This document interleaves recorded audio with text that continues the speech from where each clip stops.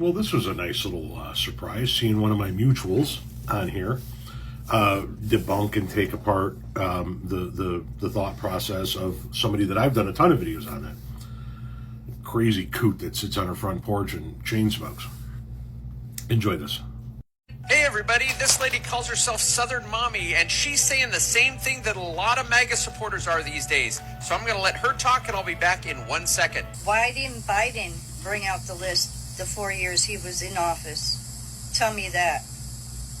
I want to fucking know. Well, to answer that question, we're going to have to go back to the summer of 2019, which was about 8 months after the Miami Herald published this article about Trump cabinet member Alex Acosta and how he was the guy who let Epstein off in 2008 when he was facing a 53-page indictment with 50 underage victims who were willing to testify against him. And the Palm Beach police chief who interviewed these girls said this was not a he said, she said situation.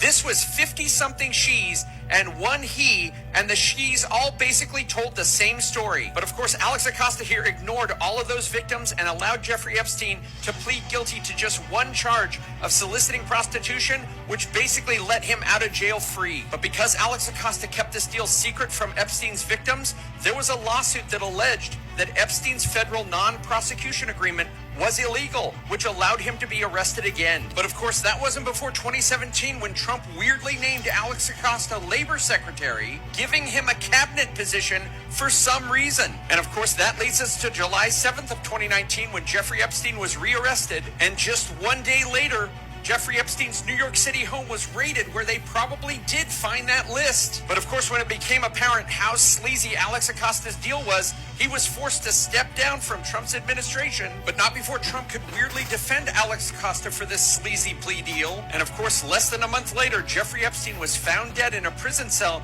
that was controlled by Trump's Department of Justice. So at this point, if you believe Trump wasn't able to get rid of some list, but he was able to get rid of Jeffrey Epstein himself, you're being naive.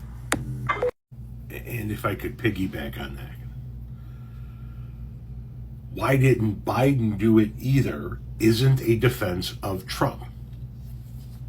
We can have the conversation on why Biden didn't do it. He should have released the list. We should have seen this shit years ago. I agree with you. But Biden isn't president right now. Biden isn't accused of being on the list. And Biden isn't the one running around telling you you're a fucking dumbass if you believe that all of this shit's true.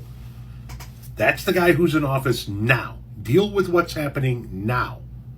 Because right now, your guy is in the White House. Your guy controls the Department of Justice. Your party controls all of Congress. You guys could release all of this information. It is now you guys that are not releasing it. And only you guys that are saying that the list doesn't even exist.